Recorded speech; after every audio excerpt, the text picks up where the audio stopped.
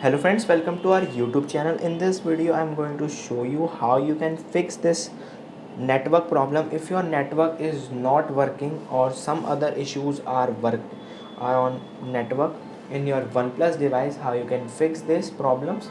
Before watching this video, if you have not subscribed to our YouTube channel, then subscribe to it and like our video.